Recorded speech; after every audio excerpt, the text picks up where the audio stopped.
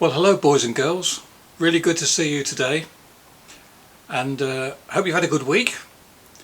And I know next week will be special for at least one of you, because on Wednesday it's Artem's birthday.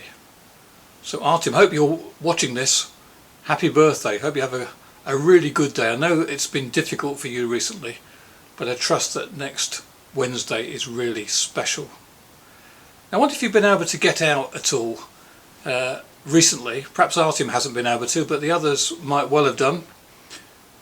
Joe and Neve, Amelia and Henry get out for it, and in fact I know you have been out into one or two different places, and I want to tell you about what happened to me on a little walk I did a couple of weeks ago.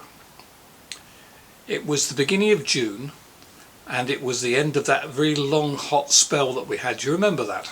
Before the weather broke. Well, on that particular Monday I decided that I would go out and have a nice walk, and I would take my camera and enjoy the countryside, walk across some fields and see if I could take some photographs. So off I went, and I went just the other side of Settle on the A65, and I got to a little village called Oswick, and there I parked my car, no problem, put my boots on and started on the little walk that I'd got planned. And I had some directions and I had a map with me, so that was good. And I went up from Oswick, up the hill and across some fields, heading towards Norber, a little place called Norber. And anyway, I started across this field, and I don't know what you're like going across fields, and I love going across fields, particularly when there's buttercups and things like that in them, but sometimes if there's animals in them I'm a bit wary. I'm not very good at going across fields where there's horses, and I'm okay with cows, but they're quite big, aren't they, sometimes, and I don't want to be in a field with a bull. Anyway, this field was okay, it was just sheep, so that was fine. So I got over a stile and started walking across the field. It was quite a big field, I suppose, and I noticed one or two sheep behind me, so I took a picture.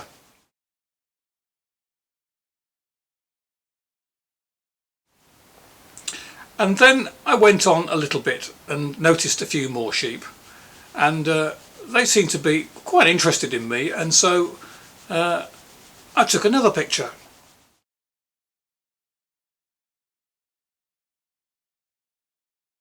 And then I slowly started to realise that all the sheep were coming towards me, little by little. There were mum sheep with their lambs, which were getting quite big by this time, and they were all gathering together. Well, I carried on walking across the field, didn't think too much about it, and then I was aware that more and more sheep were coming, and it amused me. I was slightly amused to begin with, and then they started to get closer and closer to the back of my legs, and my amusement turned into a little bit of anxiety. These sheep are getting a bit close to me, I thought, so I sort of turned round to them and went, you know, shoo, go on, I'm not here, I'm not interested in you, off you go, just keep away from me, type of thing. And I turned round, carried on walking. Anyway, more and more sheep seemed to be coming from all sorts of sides of the fields, and when I looked behind me, there was a huge flock of sheep. So I just managed to get my camera out quickly and took a photograph, and then I turned round and they were making their noises, barring and coming towards me and getting closer and closer and closer. So my anxiety led to a bit of panic, really. So I decided the best thing to do would be to grab my camera equipment together and run to the end of the field where the next ladder stile was, and climb over the stile, which I did. Fortunately, the sheep did not run after me. And when I got to the ladder stile and climbed up onto the wall, I looked behind me and the sheep were still in the middle of the field, all in a big group. Well, it must have looked really funny to people outside looking in, and I felt a bit silly, really. But it was, for a moment, I was a bit frightened, because there were a lot of them, and it was only me, and I don't know what you'd have felt like, but I was a bit frightened of them. But they seemed, perhaps they thought that the little plan that I had in my hand of my walk was food or something. I don't know quite why they followed after me, but anyway, they didn't follow me to the end of the gate, so that was fine. But it reminded me of a couple of verses in the Bible. Let me read you them to them. This is found in John chapter 10 and verses 3 and 4.